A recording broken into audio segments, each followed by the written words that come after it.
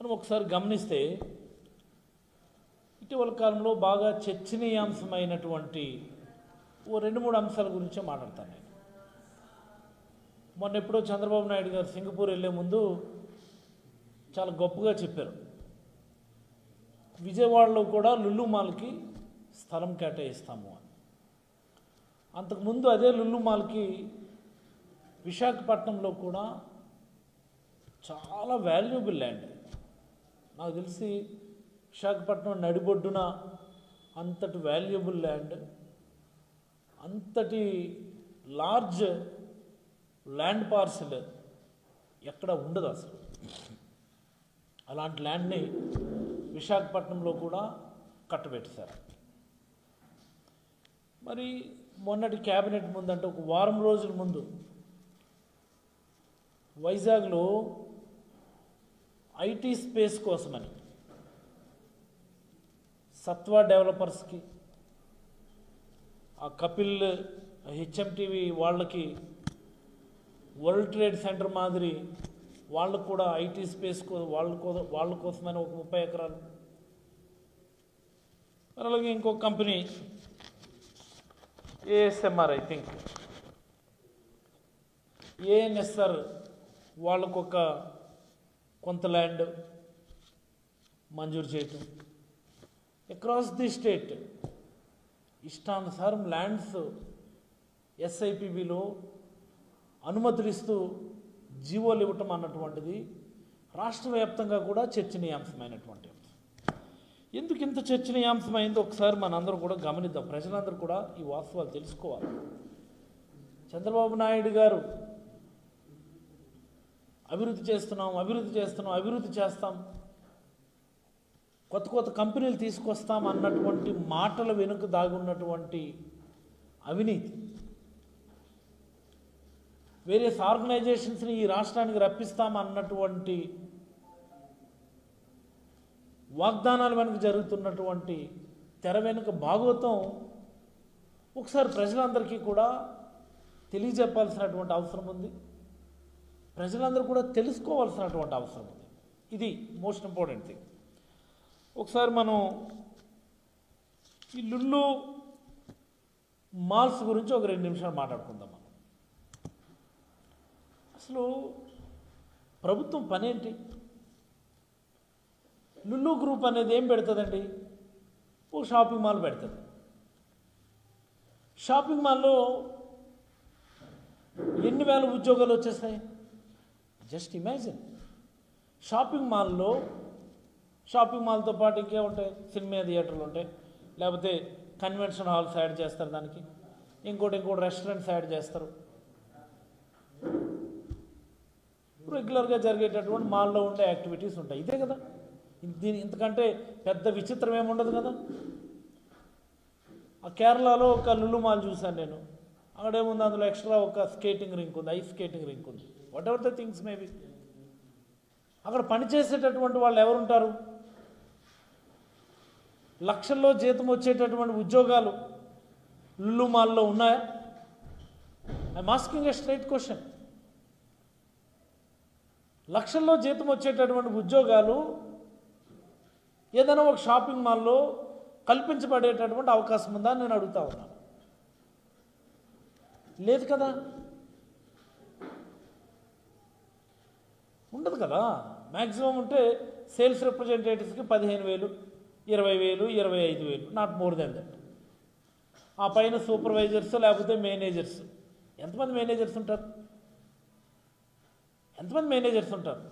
గౌరవప్రదమైనటువంటి salary offer చేయగలిగేటటువంటి పరిస్థితుల్లో how many managers can A shopping mall accommodate? ఈ మాత్రం సంబరంకి అదేదో ఒక పెద్ద ప్రాజెక్టు, దేశంలోనే ఇంత పెద్ద బిజినెస్ ఆపర్చునిటీస్ ఇంకా ఉండవన్నట్టు, ఇంకా లుల్లు మాల్ మా దగ్గర రండి అని చెప్పి దేశం మొత్తం వాళ్ళని అడిగేస్తూ ఉన్నట్టు, వీళ్ళేదో గొప్పగా లుల్లు మాల్ని ఇక్కడ తీసుకొచ్చి ఇన్వెస్ట్మెంట్స్ పెట్టిస్తున్నట్టు బిల్డప్. నాకు అర్థమవుతుంది. అంతకు మించిన లాంటి మాల్ కడతా ఉన్నాం వైజాగ్లో. మన హయాంలో జగన్మోహన్ రెడ్డి గారి హయాంలో ఇన్ఆర్బిట్ మాల్ 12 ఎకరాల్లో బ్రహ్మాండంగా ఆల్మోస్ట్ 60-70% నియర్ కంప్లీషన్ అది.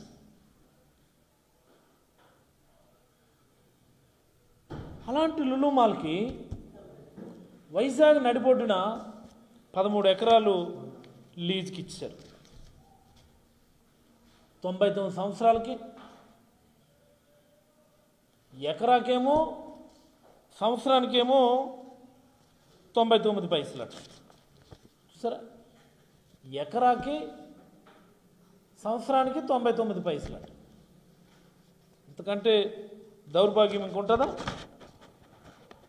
ఇంతకంటే అవినీతి ఇష్యూ ఇంకొకటి ఉంటుందా? నాకు తెలిసి ఉండదు కదా. అసలు ఇప్పుడు ఉన్నటువంటి అక్కడ ల్యాండ్ ఏదైతే హార్బర్ పార్క్లో ప్రభుత్వం లీజ్ కోసమని చెప్పి మంజూరు చేసిందో 13.5 ఎకరాలు, అక్కడ ఎకరా మామూలుగా బహిరంగ మార్కెట్లో కొంటే 150 కోట్లు ఉంటుంది ఎకరా. అంటే అంత valuable area, it's the most prime area in Visakhapatnam. 150 కోట్లు ఉంటుంది. అంటే ఈ 13.5 ఎకరాలు మనం లెక్కలు వేసుకుంటే సుమారుగా 2000 కోట్లు పైబడి ల్యాండ్ బ్యాంక్ కాస్టే ఉంటుంది గవర్నమెంట్కి. మరి అంత కాస్ట్లీ ల్యాండ్ని లులు మాల్కి ఎందుకు కట్టబెట్టేస్తున్నారు? లులు మాల్ ఎక్కడో ఊరు బయట ఉంటే నష్టమేముంది? లులు మాల్కి వెళ్ళి షాపింగ్ చేయగలిగేవాడు, కారులో వెళ్ళగలిగేవాడు బయటికి వెళ్ళి కొనుక్కుంటాడు. ఊరు మధ్యలోనే ఉండాలి లులు మాల్. నాకు అర్థమవుదు. అసలు ఆ 13.5 ఎకరాల్లో మామూలుగా మనము లెక్కేద్దాం, కన్స్ట్రక్షన్ చేస్తే సుమారుగా ఒక 22 లక్షల ఎస్ఎఫ్టీ బిల్డింగ్ కట్టొచ్చు అన్నమాట. 22 లక్షల ఎస్ఎఫ్టీ కెపాసిటీతో నిర్మాణాలు చేయొచ్చు. యాజ్ అండ్ టుడే అక్కడ ఒక ఎస్ఎఫ్టీ ఎంత ఉందండి? 14,000 రూపాయలు ఉంది ఒక ఎస్ఎఫ్టీ. అంటే దగ్గర దగ్గర ఎంటైర్ ప్రాజెక్ట్ వాల్యూ ఎంత అవుతుంది? కమర్షియల్గా మనం లెక్కేస్తే 3,100, అంటే 3,000 పైబడి 3,100 crores కమర్షియల్ వాల్యూ దాన్ని. లులు మాలోడు ఎంత గొప్పగా కట్టినా, బంగారంతో కట్టినా 1000 కోట్లు మించదు కదా అక్కడ బిల్డింగ్. 1000 కోట్లు మించుతుందా? లులు మాలోడు బంగారంతో కట్టాడని అనుకుందాం, షాపింగ్ మాల్ 1000 కోట్లు మించుతుందా? మించదు కదా. అంటే గవర్నమెంట్కి ఎంత నష్టం వస్తుంది? 3,100 crores కమర్షియల్ ప్రాజెక్ట్ వాల్యూ ఉన్న దానిలో వీళ్ళకి 1000 కోట్లు ఇన్వెస్ట్ చేశారని అనుకుంటే దగ్గర దగ్గర 2,100 కోట్లు, 2,100 crores గవర్నమెంట్కి ఆన్ అన్ యావరేజ్ లాసెస్. ఎందుకు ఇవాళ లులు వాళ్ళకి మీకున్న సంబంధం ఏంటి? ఆ లులు ఆయన కనీసం ఈ గవర్నమెంట్కి ఒక రిక్వెస్ట్ ఫర్ ప్రపోజల్ ఆర్ఎఫ్పి అయినా కొన్ని పంపించారు కనీసం? లేదు కదా. మన ఎప్పుడు జనవరిలో ఆయన కలిశాడు చంద్రబాబు నాయుడు గారు, ఒక లెటర్ పెట్టాడు అంతే.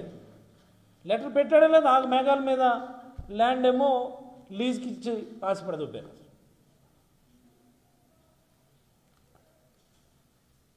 అక్కడ తాగారా? పోనీ ఆగలే. ఇప్పుడు విజయవాడలో ప్రైమ్ లొకేషన్ ఉన్న ఆర్టీసీ ల్యాండ్ ఒక 4.5 ఎకరాలు, అది కూడా లులు మాల్కి ఇచ్చేస్తారట. అక్కడ ఒక మాల్ కడతారట. ఏంటి అన్యాయం? నాకు అర్థమవుతుంది. ఏంటి అన్యాయం? విజయవాడలో కూడా 4.5 ఎకరాలు ఇచ్చేస్తారట, అది కూడా 99 ఏళ్ళకి లీజ్కి ఇచ్చేస్తారట. అసలు విజయవాడలో ఉన్నటువంటి ల్యాండ్ కాస్ట్ ఒకసారి మనం లెక్కేసుకుంటే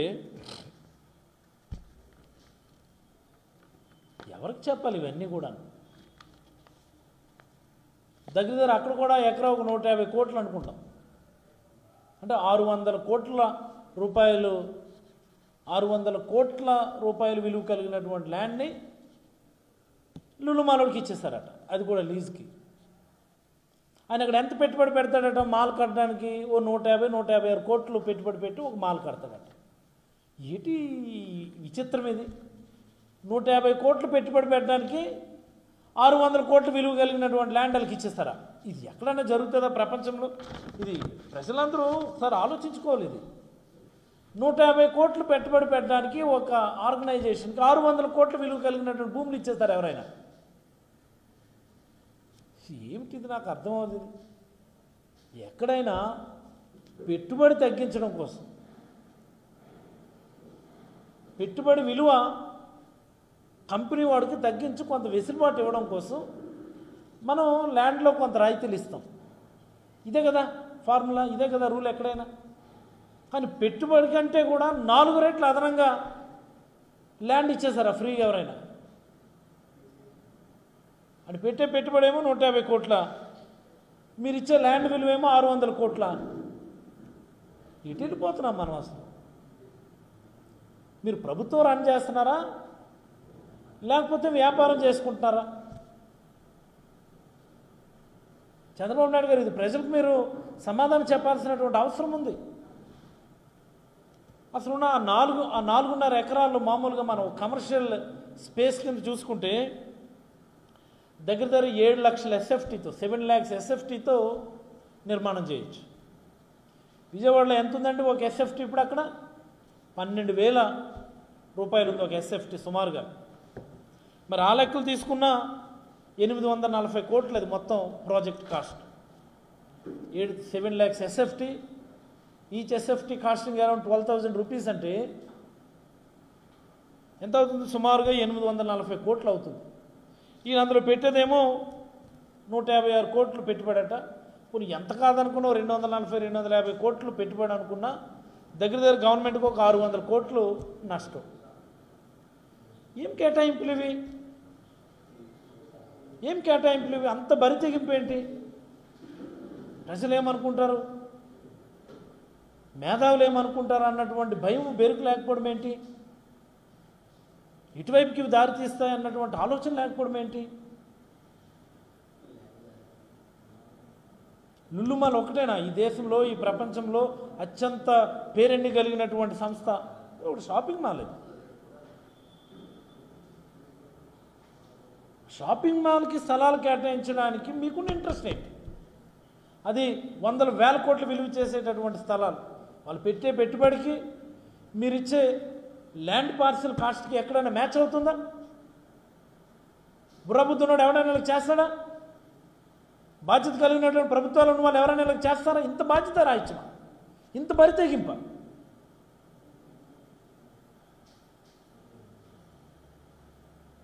ఇది నేను జనరల్గా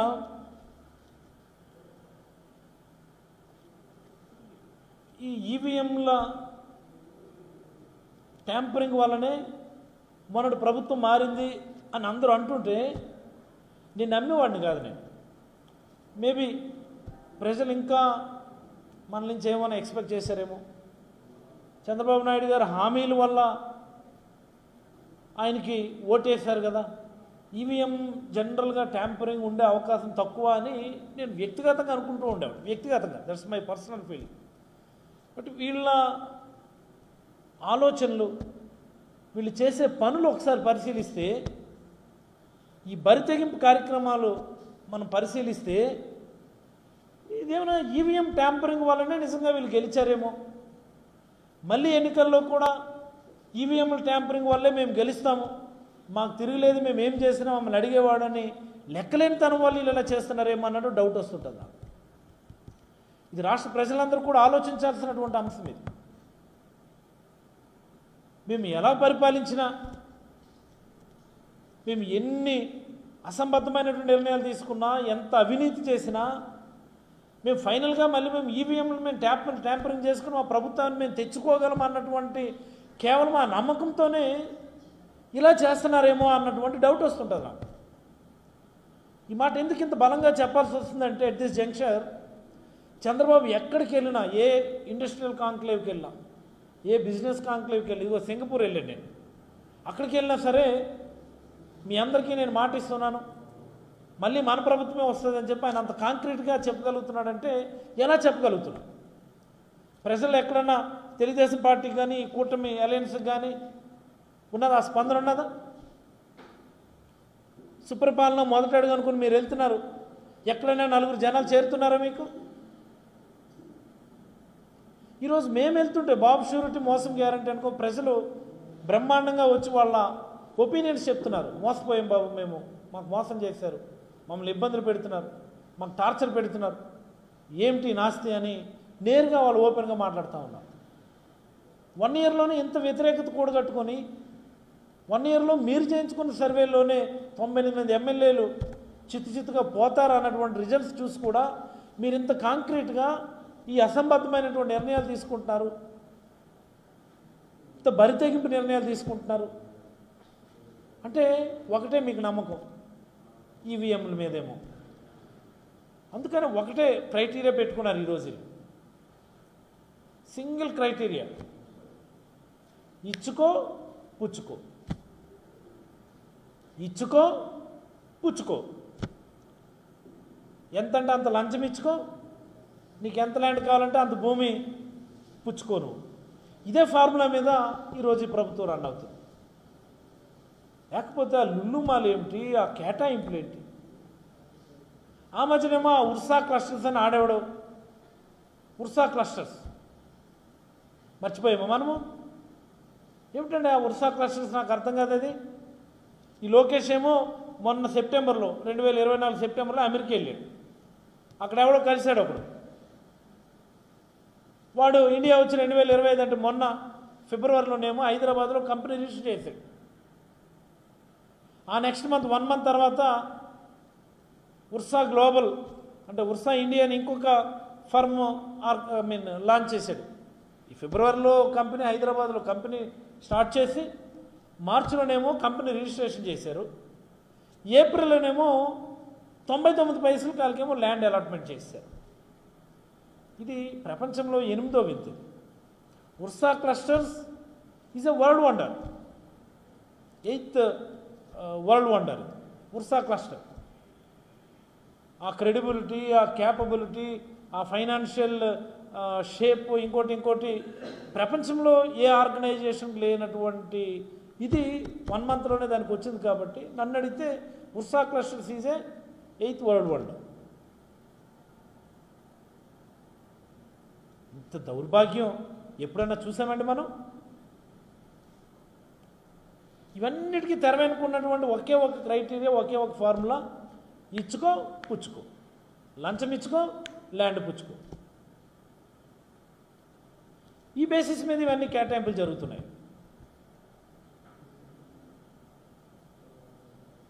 ప్రజలు ఎవరు అడగరు అన్నటువంటి పెడసరితనమా? ఇంకా పెడసరితనం నాకు అర్థమవుతుంది. ఆ మధ్యన ఈ ఉర్సా క్లస్టర్స్కి ల్యాండ్ కేటాయించడానికి ముందు గమ్మత్తు చేశారు. టీసీఎస్ కంపెనీకి 99 పైసలకి ఎకరా అనుకొని ఇచ్చారు ముందు, తెలివితేటలు. ఎవరు అడగకూడదని, ఈ ఉర్సా క్లస్టర్స్ గురించి ఎవరు అడగకూడదని టీసీఎస్కి ఇచ్చారు. టీసీఎస్ వాళ్ళతో ఎంఓయూలో గమ్మత్తైనటువంటి ఇష్యూ ఉందండి. ఇది రాష్ట్ర ప్రజలందరూ కూడా తెలుసుకోవాలి. టీసీఎస్ తర్వాత మొన్న ఇంకో కంపెనీకి ఇచ్చారు, ఏదో సమ్మ కాగ్నిజెంట్ దేనికో, వాళ్ళకు కూడా 99 పైసలకి ఇచ్చారు, కాగ్నిజెంట్ కంపెనీకి కూడా. ఈ 2 కంపెనీలతో ఎంఓయూలు కూడా మోస్ట్ ఇంపార్టెంట్ పాయింట్, వాళ్ళు ఏదైతే ది సోకాల్డ్ ఎంప్లాయ్మెంట్ ఉపాధిని ఏదైతే చెప్తున్నారో టీసీఎస్ వాళ్ళు కానీ కాగ్నిజెంట్ వాళ్ళు కానీ చెప్తున్నటువంటి ఎంప్లాయ్మెంట్ ఏదైతే ఉందో, employment generation will be started after 2029. అంటే 2029 తర్వాతే ఎంప్లాయ్మెంట్ అనేది జనరేషన్ స్టార్ట్ అవుతుంది. అంటే నెక్స్ట్ గవర్నమెంట్ హయాంలో స్టార్ట్ అవుతుంది. అంటే వీళ్ళు ఏదో చాలా గమ్మత్తుగా వాళ్ళతో ఒప్పందం చేసుకొని ఉంటుంటారు. మా ప్రభుత్వం నెక్స్ట్ మాదే వస్తుంది, వచ్చిన తర్వాతే మాకు ఇంత డబ్బులు ఇవ్వాలా అన్నటువంటి ఏదో తెర వెనుక ఒప్పందం జరిగి ఉంటుంది. ఈవీఎంల మీద వాళ్ళకి కాన్ఫిడెన్స్ ఉంది కాబట్టి మా ప్రభుత్వం ఎలాగైనా వచ్చేస్తుంది అని చెప్పి కాంక్రీట్గా వాళ్ళకి గ్యారంటీ ఇస్తా ఉన్నారు. ఇప్పుడు నువ్వు ల్యాండ్ 99 పైసలకి ఇస్తావా? 29 తర్వాత ఎంప్లాయ్మెంట్ స్టార్ట్ అవుతుందా? ఏమిటిది దౌర్భాగ్యం? నాకు అర్థమవుతుంది. ఏమిటి దౌర్భాగ్యం? జగన్మోహన్ రెడ్డి గారి హయాంలో ఇన్ఫోసిస్ రాలేదా? బ్రాండ్ స్టాండ్ లాంటి కంపెనీలు రాలేదా? అదానీ డేటా సెంటర్ వాళ్ళు పనులు మొదలు పెట్టలేదా? అమెజాన్ వాళ్ళు పనులు మొదలు పెట్టలేదా?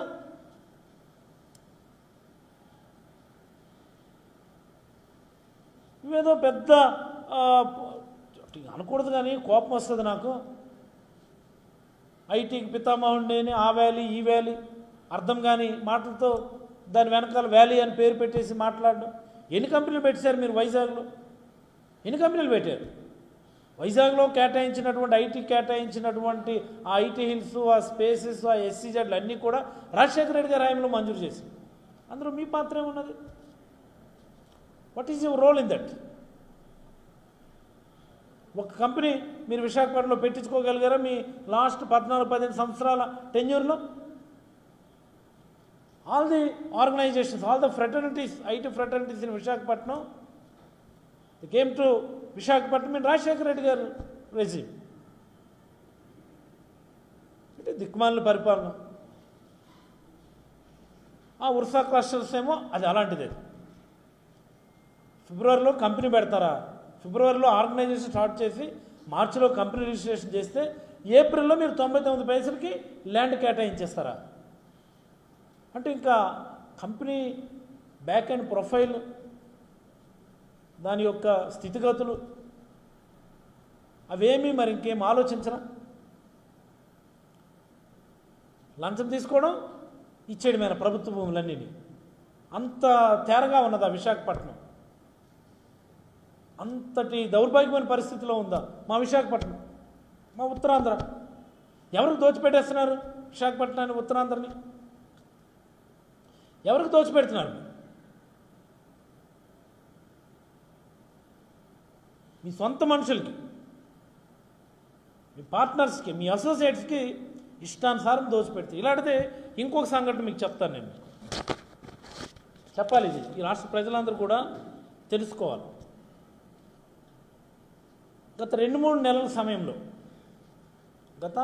నెలల సమయంలోనే చింతా గ్రీన్ ఎనర్జీ అనే కంపెనీకి, చింతా గ్రీన్ ఎనర్జీ 5 చోట్ల పవర్ ప్రాజెక్టులు మంజూరు చేశారు. ఒక దగ్గర 2 దగ్గరలు కాదు, 5 దగ్గరల. ఈ చింతా గ్రీన్ ఎనర్జీకి డైరెక్టర్స్ ఎవరెవరు? ఈ చింతా విశ్వేశ్వరరావు, అట్లూరి గౌరీనాథ్, వీళ్ళిద్దరూ ఈ కంపెనీ, ఈ చింతా గ్రీన్ ఎనర్జీకి సంబంధించినటువంటి డైరెక్టర్స్. ఈ చింతా విశ్వేశ్వరరావు అంటే ఎవరు? చాలా ఫేమస్ పర్సనాలిటీ. మన నవయుగ కన్స్ట్రక్షన్కి సంబంధించినటువంటి అధినేత. నవయుగ అంటే మీకు అందరికీ తెలుసు. గతంలో చంద్రబాబు గారు పోలవరం ప్రాజెక్ట్ని నామినేషన్ పద్ధతిలో కేటాయించారు. దాన్ని నామినేషన్ పద్ధతిలో పోలవరం ప్రాజెక్ట్ని ఇచ్చారు అంతే, ఆ నవయుగ కన్స్ట్రక్షన్స్కి. దాని చైర్మనే ఈ చింతా విశ్వేశ్వరరావు గారు. ఈ చింతా గ్రీన్ ఎనర్జీని, ఈ కంపెనీ ఎప్పుడు రిజిస్ట్రేషన్ అయిందో కూడా మనం చూడాలి. మొన్న ఈ 2025 ఫిబ్రవరిలోనే ఈ చింతా గ్రీన్ ఎనర్జీ అన్నటువంటి కంపెనీ ఢిల్లీలో రిజిస్టర్ అయింది. ఈ కంపెనీకి చూడండి, ఇది చాలా, ఈ ఉర్సా క్లస్టర్స్ 8th వండర్ అంటే ఇది అంతకు మించిది. ఉర్సా క్లస్టర్స్ కూడా ఫిబ్రవరి మార్చిలో కంపెనీ రిజిస్ట్రేషన్ అయితే ఏప్రిల్లో ల్యాండ్ ఎలాగ ఇచ్చారో ఇది అంతే. ఇది కూడా ఫిబ్రవరిలోనే కంపెనీ రిజిస్ట్రేషన్ అయితే ఏప్రిల్ మేలో 5 చోట్ల పవర్ ప్రాజెక్టులు కేటాయిస్తూ ఎస్ఐపిబిలో నిర్ణయం తీసుకున్నారు. చూడండి, 2025 ఏప్రిల్లో తిరుపతిలో ఒక దగ్గర, సత్యసాయి జిల్లాలో ఒక దగ్గర, 2 దగ్గర గ్రీన్ ఎనర్జీ ప్రాజెక్టులో అనుమతులు ఇచ్చారు. ఆ నెక్స్ట్ మంత్ మేలో జరిగిన క్యాబినెట్ సమావేశానికి ముందు జరిగినటువంటి ఎస్ఐపిబిలో, స్టేట్ ఇన్వెస్ట్మెంట్ ప్రమోషన్ బోర్డు అంటాం, కడప జిల్లా కొప్పోలు దగ్గర ఓ 360 మెగావాట్స్ పంప్డ్ స్టోరేజ్ ప్రాజెక్ట్ ఒకటి మంజూరు చేశారు అదే కంపెనీకి. మళ్ళీ వాళ్ళ కంపెనీలకే ఏఎస్ఆర్ జిల్లా, అల్లూరు సీతారామరాజు జిల్లా గుజ్జులి దగ్గర 1500 మెగావాట్స్ ప్రాజెక్ట్ ఒకటి, చిట్టం వలస దగ్గర ఒక 800 మెగావాట్స్ ప్రాజెక్ట్ ఒకటి అదే కంపెనీకి మంజూరు చేసింది ఎస్ఐపి, ఏపీ ఎస్ఐపి. ఇవన్నీ ఏమనుకోవాలి? అసలు అంతులేని అవినీతి జరుగుతూ ఉంది. రాష్ట్ర ప్రజలందరూ కూడా ఇది గమనించాలి. ఈ రాష్ట్ర సంపదని, ప్రజల ఆస్తుల్ని చంద్రబాబు నాయుడు గారు తన సొంత మనుషులకి అప్పనంగా ఇష్టానుసారం కట్టబెట్టేస్తున్నాడు అన్నటువంటి విషయాన్ని నేను ఒకసారి ప్రజలందరికీ తెలియజేయదలుచుకున్నాను. కంపెనీ రిజిస్టర్ అయిన నెల రోజులు 2 నెలలకి 100,000 ఎకరాలు కేటాయించేస్తూ ఉన్నారు. ఇటు వెళ్ళిపోతున్నామండి మనం. ఆర్సిలర్ మిట్టల్ మనందరం రోజు పేపర్లో చూస్తున్నాం. లోకేష్ చాలా గొప్పగా చెప్తుంటాడు. ఆర్సిలర్ మిట్టల్ స్టీల్ కంపెనీ పెట్టిస్తున్నాం, స్టీల్ ప్లాంట్ పెట్టిస్తున్నాం, అనకాపల్లి దగ్గర ఇంకొక స్టీల్ ప్లాంట్ పెట్టిస్తున్నాం. ఆర్సిలర్ మిట్టల్తో సంప్రదింపులు చేసింది జగన్మోహన్ రెడ్డి గారు, వాళ్ళని ఒప్పించింది జగన్మోహన్ రెడ్డి గారు. జగన్మోహన్ రెడ్డి గారి హయాంలోనే వాళ్ళు ముందుకు వచ్చారు. 2,000 ఎకరాలు ల్యాండ్ ఐడెంటిఫై చేసింది జగన్మోహన్ రెడ్డి గారు, అన్నీ చేసింది జగన్మోహన్ రెడ్డి గారు. నారా లోకేష్ గారు చెప్తే నేను ఒక్క వీడియో కాల్లో మాట్లాడితే వెంటనే ఆర్సిలర్ మిట్టల్ ఆంధ్రప్రదేశ్ రాష్ట్రానికి వచ్చిందని ఒప్పుకున్నారని చెప్పి వీళ్ళు డబ్బాలు అర్థమవుతుంది. వీడియో కాల్ మాట్లాడితే 1,00,000 కోట్లు పెట్టుబడి పెట్టడానికి ఆర్సిలర్ మిట్టల్ వచ్చింది. దాని వెనక ఎంత శ్రమ ఉన్నది, జగన్మోహన్ రెడ్డి గారి శ్రమ. ఎన్ని డెలిబరేషన్స్ జరిగాయి. ఇప్పుడు ఆర్సిలర్ మిట్టల్ మంచి కంపెనీ, మన ప్రయత్నం వల్ల మొత్తానికి ఏదో ఏపీకి వస్తుందని అనుకుంటే వాళ్ళకి వీళ్ళు చేస్తున్నటువంటి గమ్మత్తులు చెప్పాలి. 2 దశల్లో 1,00,000 కోట్లు పెట్టుబడి పెట్టడానికి Arcelor Mittal Nippon steel promoters వాళ్ళు జాయింట్ వెంచర్ కింద ముందుకు వచ్చారు. దానికి 2,000 ఎకరాల ల్యాండ్ కావాలంటే రాష్ట్ర ప్రభుత్వం 51 లక్షలు ఎకరాకని చెప్పి మంజూరు చేసింది. సుమారుగా 1,70,00,000 టన్నుల సామర్థ్యం 2 దశల్లో కలిపి they came forward to buildup A steel industry. ఇప్పుడు వీళ్ళు ఈ 2,000 ఎకరాలకి దగ్గర ఎంత అవుతుందండి? 51 లక్షలు అంటే 1,000 కోట్లు పైబడి అవుతుంది. 1000 లేదా 1,100 కోట్లు అవుతుంది. ఇదే కదా, వెరీ సింపుల్. దీనికి పెద్ద లాజిక్ ఏం లేదు కదా. దాన్ని 450 కోట్లు మొదటి విడత ఇస్తారట. మిగతా డబ్బులనేమో 3 వాయిదాల్లో చెల్లించడానికి ఆ కంపెనీ ప్రపోజల్ పెడితే దానికి కూడా ఓకే చేశారంతే. 1,00,000 కోట్లు పెట్టుబడి పెట్టడానికి ముందుకు వచ్చినటువంటి ఒక కంపెనీ 1000 కోట్లు ల్యాండ్ ఎక్విజిషన్కి పెట్టడానికి మీరు ఇన్ని వాయిదాలు ఇవ్వాలా? అవసరమా? ఇవి కాకుండా మళ్ళీ జిఎస్టీ రాయితీ, ఎలక్ట్రిక్ పవర్ సబ్సిడీ, ఇంకోటి ఇండస్ట్రియల్ పాలసీ అన్ని సబ్సిడీలు కూడా వర్తిస్తాయి. అంటే ఏం జరుగుతుంది ఆంధ్రప్రదేశ్ రాష్ట్రంలో? ఇవన్నీ నిజమని ఎలా నమ్మాలి? దీని వెనక తెర వెనుక ఎంత భాగవతం లేకపోతే ఇలాంటివి జరుగుతాయనేది గమనించమని ప్రజలను కోరుతాం. తెర వెనుక ఎంత భాగవతం జరగాలి? ఎన్ని చేతులు ఇచ్చుకో పుచ్చుకో అన్నటువంటి జరగకపోతే ఇన్ని వెసులుబాట్లు ఇస్తుంది గవర్నమెంట్. రాష్ట్రాన్ని అమ్మేస్తున్నారు అన్నటువంటి విషయాన్ని ప్రజలకు తెలియజేయడం కోసం కొన్ని ఉదాహరణలు మీకు చెప్తా ఉన్నాను. పవన్ కళ్యాణ్ ఫ్రెండ్ ఉంటాడు. మొన్న ఈ వాట్ ఇస్ దిస్ మూవీ మొన్న వచ్చింది పవన్ కళ్యాణ్ గారిది, హరిహర వీరమల్లు మూవీ వచ్చింది. హరిహర వీరమల్లు మూవీకి సంబంధించి రిలీజ్ అవ్వడానికి ముందు, అంటే సినిమా గురించి మాట్లాడకూడదు కానీ రిలీజ్ అవ్వడానికి ముందు అనేకమైనటువంటి అంశాలు చర్చలోకి వచ్చాయి. ఫైనాన్షియల్ అంశాలు. ఆ ఫైనాన్షియల్ అంశాలు చర్చలోకి వచ్చినప్పుడు టీజీ విశ్వప్రసాద్ అనేటటువంటి వ్యక్తి దీని నిర్మాణ సంస్థ ఉన్నటువంటి డ్యూస్ నేను క్లియర్ చేస్తానులే అని చెప్పి ఆయన ముందుకు వచ్చి సినిమా రిలీజ్ చేయించాడు. ఆ సినిమా వాళ్ళు కూడా మనకు సంబంధం లేని గొడవ. హరిహర వీరమల్లు సినిమాలు ఎవరు యాక్ట్ చేస్తున్నారు, ఎలా యాక్ట్ చేస్తున్నారు అనేది మనకు అనవసరం. దాని ప్రొడ్యూసర్ ఎవరు, ఏ సినిమా ప్రొడక్షన్ అన్న అనేకమైన ఇబ్బందులు ఉంటాయి. ఇది అందరికి తెలిసింది, అదేం పెద్ద విచిత్రం కాదు. ఏ సినిమా ప్రొడక్షన్ అన్నా ఫైనాన్స్ కంపెనీలు జప్పులు తెచ్చుకుంటారు, వడ్డీలు కట్టుకుంటారు, రిలీజ్ టైంకి దాన్ని క్లియర్ చేస్తారు. ఆ తర్వాత లాభమో నష్టం ఏదో వస్తుంది. తర్వాత మళ్ళీ అదొక అదొక సంస్థ కాబట్టి, ఒక ఆర్గనైజేషన్ కాబట్టి జరుగుతూ ఉంటాయి. ఇక్కడ చర్చ అది కాదు. బట్ ఆ టీజీ విశ్వప్రసాద్ అనేటటువంటి వ్యక్తికి 1200 ఎకరాలు మనం కేటాయించాం. ఇది ఇక్కడ పాయింట్ మనకి. చూసారా, ఆ టీజీ విశ్వప్రసాద్ అనేటటువంటి వ్యక్తికి 1200 ఎకరాల ల్యాండ్ మొన్ననే కేటాయించడం జరిగింది. ఇది ఇక్కడ మ్యాటర్ అన్నమాట. చూసారండి ఎంత గమ్మత్ ఇది. కర్నూలు జిల్లా ఓరవకల్ దగ్గర ఓరవకల్ నోడ్లో ఈ మొబిలిటీ పార్క్ అభివృద్ధి పేరిట 1200 ఎకరాలు ఆయన కేటాయించింది. ఈ పీపుల్స్ మీడియా ఫ్యాక్టరీ అనేదో కంపెనీ ఉంటుంది కదా ఆయనది, జనరల్గా మనం సినిమాల్లో చూస్తూ ఉంటాం మనం. ఆ పీపుల్స్ మీడియా కంపెనీకి ఆ పీపుల్ టెక్ అన్నటువంటి దానికి సుమారుగా అక్కడ ఒక ఎకరా 80 లక్షలు, ₹1 కోటి ఉంది ఆ ఓరవకల్ దగ్గర. ₹1 కోటి ఉన్నటువంటి ఎకరా ల్యాండ్ని 15 లక్షలకు ఇచ్చేశారు. 1200 ఎకరాలని 15 లక్షల చొప్పున కేటాయించారు. ఇది అధికార దుర్వినియోగం కాదా? అధికార దుర్వినియోగం కాదా అని అడుగుతా ఉన్నాను నేను. మన ప్రభుత్వ హయాంలో మదనపల్లి దగ్గర హార్స్లీ హిల్స్ ఉంటుంది, హిల్ స్టేషన్, మన ఏపీలో ఉన్న ఒక చిన్న హిల్ స్టేషన్. అక్కడ ఒక ఫిల్మ్ డైరెక్టర్కి ఈ ఫిల్మ్ ఇండస్ట్రీకి సంబంధించి నిర్మాణానికో దీనికో సంబంధించి ఒక 4 ఎకరాలు 40 ఎకరాలు కేటాయిస్తే అదొక పెద్ద నేరము, అదొక దేశద్రోహం అన్నట్టు ఇదే ఈనాడు, ఆంధ్రజ్యోతి, TV5, చంద్రబాబు గారు, లోకేష్ గారు, ఇంత ఎంటైర్ ముఠాలో ఉన్నటువంటి వాళ్ళందరూ కూడా గొడవ చేశారు.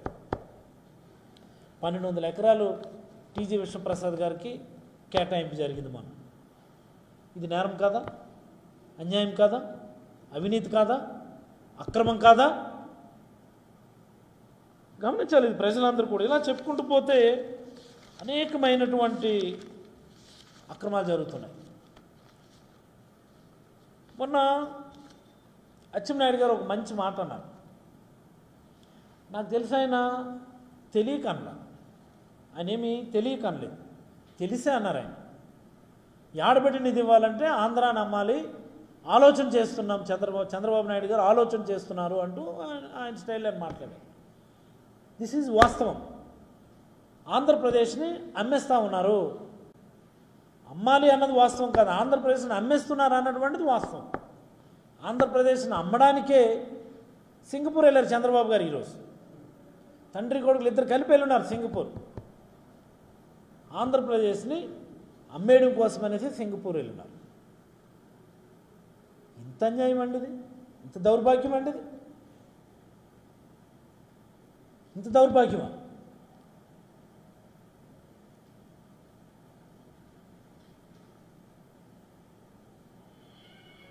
ఈనాడు, ఆంధ్రజ్యోతి వాళ్ళకి ఇవేవి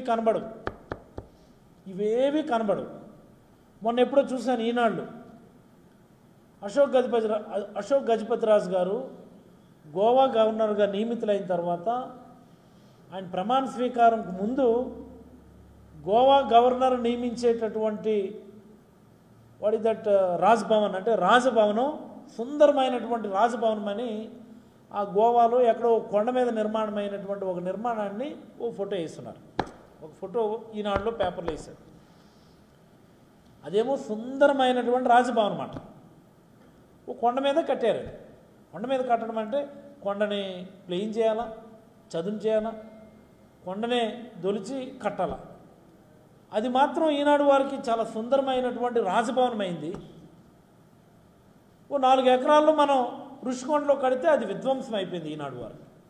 చూడండి, ఇది విధ్వంసం అయిపోయింది అంతే. వృధా డబ్బులట, 400 కోట్లు వృధా అట, వేస్ట్ అట, ప్రజాధనాన్ని వృధా చేస్తామట. ఇలాంటిది ఒక భవనం గోవాలో ఉంటే అత్యంత సుందరమైనటువంటి అద్భుతమైనటువంటి భవనం అట. ఇలాంటి మీడియా ఈ రాష్ట్రంలో ఉన్నంతకాలం ఈ రాష్ట్రం ఎటువైపు వెళ్తుంది అనేటటువంటి ఆందోళన నాకేస్తూ ఉంటుంది. మరి చివరికి ఇటీవల కాలంలో జరిగినటువంటి భూ కేటాయింపు ఇవి ఇంకా అద్భుతం అండి. 8th వండర్ అయిపోయింది, 9th వండర్ అయిపోయింది.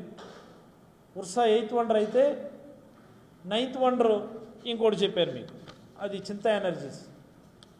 ఇప్పుడు 10th, 11th, 12th వండర్స్ చూడాలి.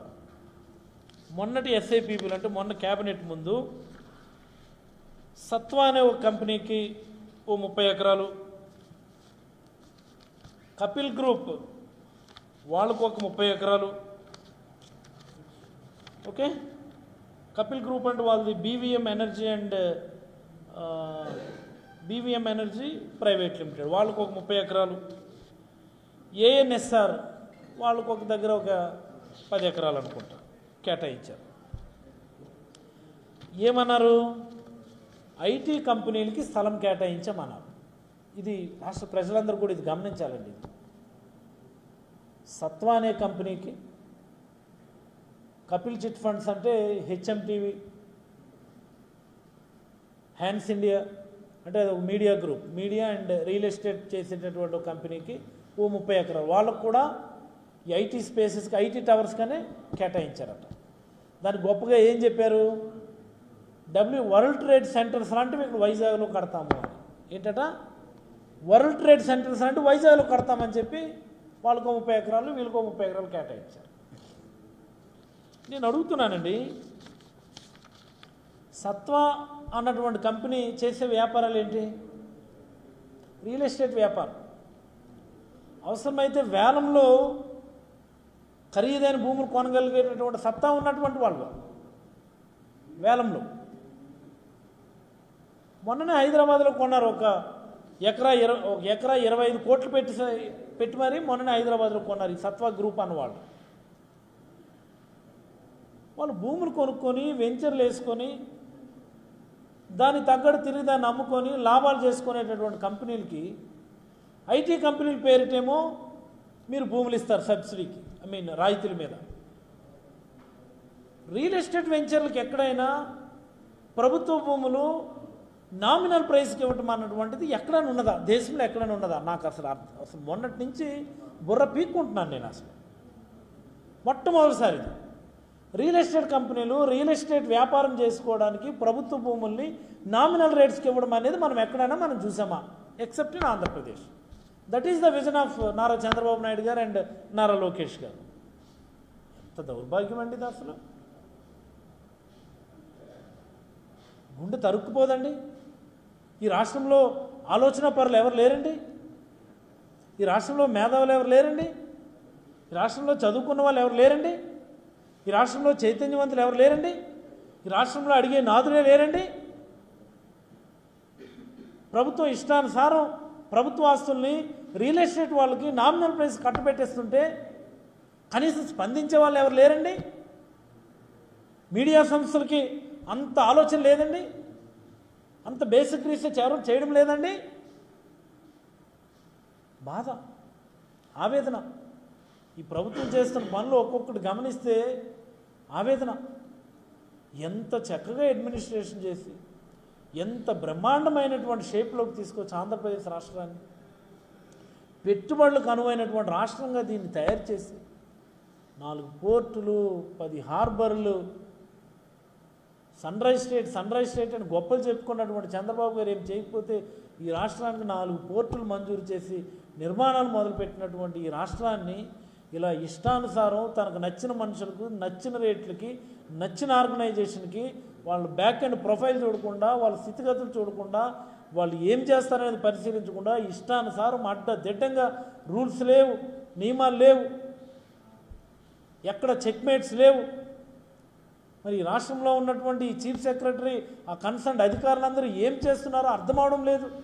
ఈ రకంగా రాష్ట్రాన్ని అమ్మేస్తూ ఉంటే ఈ ఎగ్జిక్యూటివ్ డిపార్ట్మెంట్ ఏదైతే ఉందో, ఐఏఎస్ బాడీ ఏదైతే ఉందో, వీళ్ళు ఎందుకు ఇంత ఇలాంటి వాటికి అవకాశం ఇస్తున్నారో కూడా అర్థం అవడం లేదు నాకు.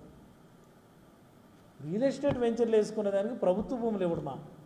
ఈ సత్వా అండ్ ఈ కపిల్ గ్రూప్ వాళ్ళ బీవీఎం కంపెనీకి మళ్ళీ దాని పేర్లేమో డబ్ల్యూటీసీ టవర్స్ కడతాం, వరల్డ్ ట్రేడ్ సెంటర్స్ లాంటి టవర్స్ కట్టేస్తామంట. అంటే వీళ్ళు అక్కడ బిల్డింగ్లు కడతారు, బిల్డింగ్ కట్టి ఆ స్పేస్ని ఐటీ కంపెనీలకి లీజ్కి ఇస్తారు. ఇప్పుడు నాకు బేసిక్ డౌట్ అండి, ఈ సత్వా కానీ ఈ కపిల్ వాళ్ళు కానీ మేము 15,000 మందికి ఉపాధి ఇస్తాము, ఈ కపిల్ వాళ్ళేమో 25,000 మందికి ఉపాధి ఇస్తామని వీళ్ళు, ఎలా ఇస్తారు మీరు ఉపాధి? మీరు బిల్డింగ్ కట్టి స్పేస్ లీజ్ అవుట్ చేస్తే ఎలా ఇస్తారు మీరు ఉపాధి? Just asking the basic question. Plug and play మోడల్లో మీరు ఇచ్చేస్తే, లీజ్ అవుట్ చేసేస్తే ఐటీ కంపెనీలకి మీరేనా ఇస్తారు 15,000 మందికి, వీళ్ళు 25,000 మందికి. అంటే ఎవడో వచ్చి ఒక ఐటీ కంపెనీ కూడా స్పేస్ లీజుకి తీసుకొని ఆడేవో కొన్ని ఉద్యోగాలు ఇచ్చుకుంటాడు. అంటే ఇప్పుడు రాయితీలు ఎవరికి ఇవ్వాలా? ఈ రియల్ ఎస్టేట్ కంపెనీలకి ఇవ్వాలా రాయితీలు? లేకపోతే ఉద్యోగాలు ఇస్తున్నటువంటి రాబోయేటటువంటి ఐటీ కంపెనీలకి ఇవ్వాలా? ఎవరికి ఇవ్వాలి రాయితీలు? ఈ సబ్సిడీస్ ఎవరికి ఇవ్వాలని అడుగుతున్నాను నేను. ఇద్దరికి ఇస్తారా? చట్టాలు ఒప్పుకుంటున్నాయా? రూల్స్ ఒప్పుకుంటాయా దానికి? ఎవరికి ఇవ్వాలి రాయితీలు? I'm asking the basic question. Real estate కంపెనీలకి ప్రభుత్వ భూములేమో నామినల్ రేట్కి ఇచ్చేస్తారా? ఏంటి దౌర్భాగ్యం ఇది? మీకు ఒక గమ్మత్తు చెప్పాలి. అమెరికాలో వరల్డ్ ట్రేడ్ సెంటర్స్ ఉండేవి. ఈ ఆల్ ఖైదా వాళ్ళు కూల్చేశారు, మనందరికి తెలిసిందే కదా. పెద్ద పెద్ద టవర్స్ అవి, twin towers, world trade centres twin towers. ఇవి ఎన్ని ఎకరాల్లో ఉండేవి తెలుసండి? మొత్తం కలిపితే 16 ఎకరాల్లో ఉన్నాయి. ప్రపంచ అతిపెద్ద ఆర్థిక వ్యవస్థ కలిగినటువంటి అమెరికాలో వరల్డ్ ట్రేడ్ సెంటర్స్, అంత పెద్ద ట్విన్ టవర్స్ ఎవడు కట్టలేడు, మరి కట్టరు కూడా. అది 16 ఎకరాల్లో ఉంటే వీళ్ళేమో ఈలకో 30 ఎకరాలు, ఆలకో 30 ఎకరాలు ఇచ్చినారు. మనం గమనించుకోవాలి ఇది అందరూ కూడా. మనం China second largest economy in the world. అక్కడ బిల్డింగ్లు చూస్తే మనకి కళ్ళు తిరిగిపోతాయి, మనకి మర్చిపోతుంది మనకి. అలాంటి చైనాలో బీజింగ్లో వరల్డ్ ట్రేడ్ సెంటర్స్ ఎన్ని ఎకరాల్లో కట్టారు తెలుసండి? మొత్తం 43 ఎకరాల్లో కట్టారు. 43 ఏకర్స్ వాళ్ళు కట్టుంటే మన visionary leader, no more visionary, is business model కదా మనిషి, బిజినరీ లీడర్. అంటే ఏదైనా బిజినెస్ చంద్రబాబు గారు, ఇచ్చుకో పుచ్చుకో, ఇది కదా బేసిక్ క్రైటీరియా. ఈ ఇచ్చుకో పుచ్చుకో మోడల్లో ఈ బిజినరీ లీడరు ఇదో 30 ఎకరాలు, అది 30, మొత్తంగా 60 ఎకరాలు వరల్డ్ ట్రేడ్ సెంటర్స్ మాదిరి కట్టిస్తారంట. ఎటుపోతున్నాం మనం? ఆ టీసీఎస్ లాంటి కంపెనీ నిన్న మొన్న లే ఆఫ్ ప్రకటించింది. వాళ్ళ దగ్గర ఉన్నటువంటి 2% ఉద్యోగస్తుల్ని తొలగించేస్తాము అని. సుమారుగా 15,000 మంది ఉద్యోగుల్ని తొలగించేస్తామని అదే టీసీఎస్ కంపెనీ మొన్న ప్రకటించింది. అలా ఉన్నది ఆ ఇండస్ట్రీ పరిస్థితి. ఈయనేమో రోజుకొక వ్యాలీ, ఒకరోజు హైడ్రోజన్ వ్యాలీ, ఇంకో రోజేమో లిథియం వ్యాలీ, ఇంకో రోజేమో సోడియం వ్యాలీ, ఇంకో రోజేమో పొటాషియం వ్యాలీ. ఈ చిన్నప్పుడు మనం చదువుకునేటటువంటి ఈ ఎలిమెంట్స్ టేబుల్లో ఉన్న అన్ని పేర్ల మీద కూడా ఒక్కొక్క వ్యాలీ పెట్టేస్తున్నాడు.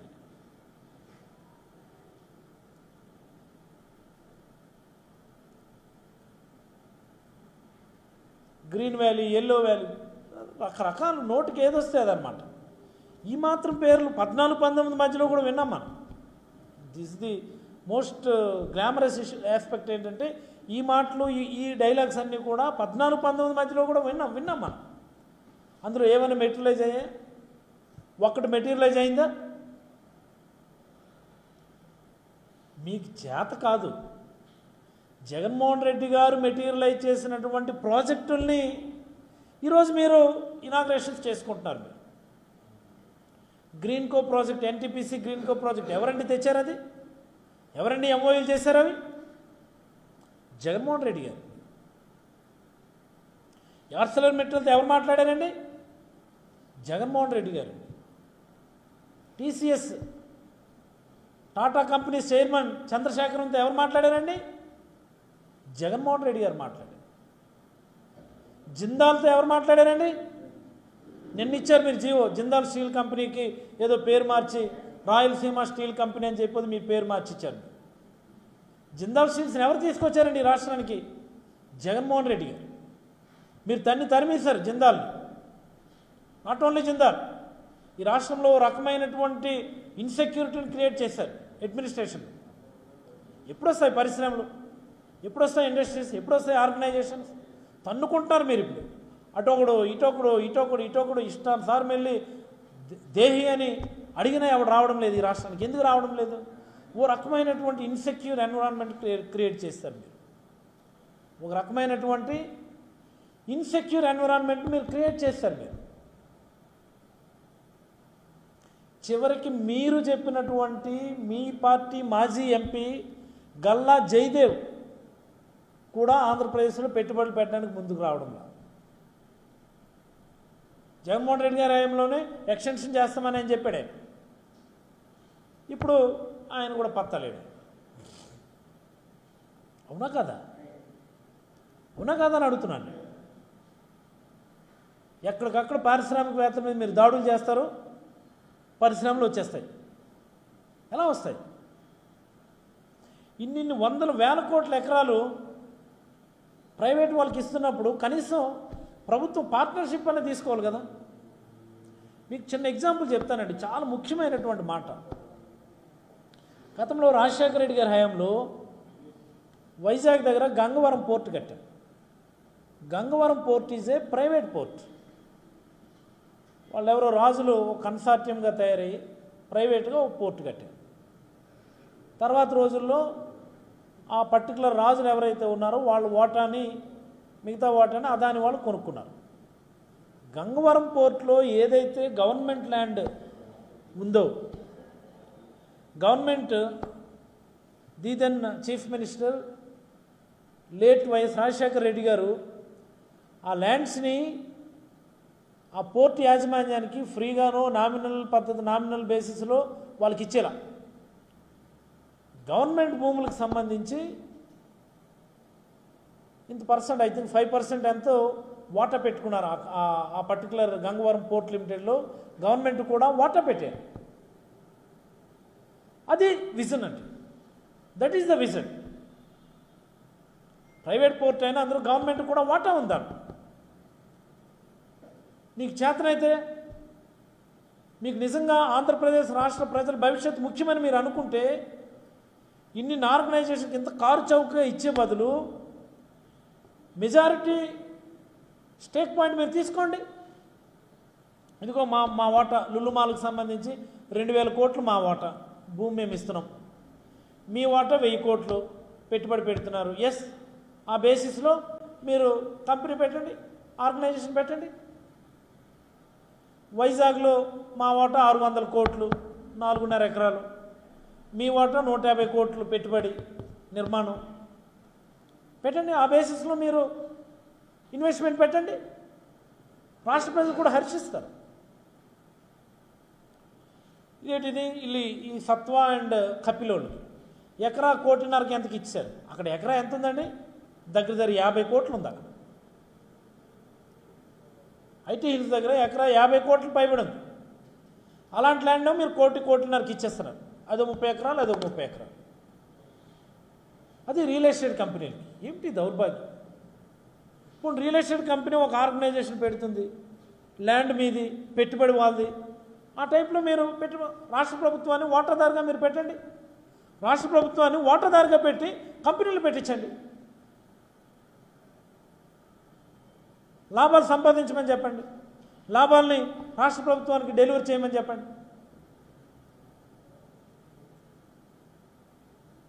పోనీ మీ బిజినెస్ మోడల్లో దీన్ని కూడా తీసుకోండి చంద్రబాబు గారు. ఆ P4 అని అంటారు కదా, అందులో ఆ పబ్లిక్ పార్ట్ కింద ఈ మోడల్ ఇన్కార్పొరేట్ చేయండి. అంతే తప్ప మీరు ప్రభుత్వ భూముల్ని మీకు డబ్బుల కోసం, మీకు లంచాల కోసం ఇష్టానుసారంగా ఇచ్చేయడం అన్నటువంటిది చాలా నీచమైనటువంటి ఒక నిర్ణయంగా నేనైతే భావిస్తూ, ఇప్పటికైనా రాష్ట్ర ప్రజల్ని గమనించమని కోరుతున్నాం. ఎవరి రాష్ట్రాన్ని సక్రమంగా పరిపాలించారు, ఎవరి రాష్ట్ర ఆర్థిక పరిస్థితిని మెరుగుపరిచారు, ఎవరి రాష్ట్రంలో ఉన్నటువంటి ఆర్థిక వనరులను సక్రమంగా వినియోగించుకొని ఒక స్టేబుల్ గవర్నెన్స్ని అందించారో ఒకసారి గమనించమని కోరుతున్నాను. ఎక్కడుంది ఆ స్టేబుల్ గవర్నెన్స్? ఎక్కడ వస్తున్నాయి పెట్టుబడులు? ఎక్కడ వస్తుంది రాష్ట్రానికి రెవెన్యూ? మొన్న చెప్పారు కదా జగన్మోహన్ రెడ్డి గారు, రాష్ట్రానికి రెవెన్యూస్ ఎంత దారుణంగా పడిపోతున్నాయి. ఎంత ఘోరంగా ఈ రాష్ట్ర ప్రభుత్వం అప్పులు చేస్తుందో. 1 ఇయర్లో 1,80,000 కోట్లు అప్పులు చేశారంటే ఎటు తీసుకెళ్తున్నారు ఈ రాష్ట్రాన్ని? శ్రీలంక అయిపోతుంది, సోమాలియా అయిపోతుంది, ఇంకోటి అన్న మీరు ఈరోజు ఎందుకు మాట్లాడరు? ఇలాంటి వాళ్ళ చేతిలో రాష్ట్రాన్ని ఏమో అప్రంగా పెట్టేశారు ప్రజలు కూడా. ప్రజలదేం తప్పేం లేదు, ప్రజలకి ఒక రకమైన ఎప్పుడు కూడా ఆశాభావంతో ఉంటారు. ఆయన అలవకాన హామీలు ఇచ్చాడు, నీకు 15,000, నీకు 18,000, నీకు ఇలా నీకు అని చెప్పి చివరికేమి ఇప్పుడు ఆంధ్రాని అమ్మాలని చెప్తున్నారు. అమ్మాలని ఒకడంటుంటే ఆల్రెడీ అమ్మేస్తామన్నాడు ఇంకొకడు. అమ్మాలని ఒకడన్నాడు, ఆల్రెడీ ఇంకొక ఆయన సింగపూర్ వెళ్ళి అమ్మేస్తామన్నాడు. అమ్మకానికి ఆంధ్రప్రదేశ్ అని ఓ బోర్డు పెట్టేశారని ఈ సందర్భంగా తెలియజేస్తూ సెలవు తీసుకుంటాం. Any questions, any feedback? Important subject కదా.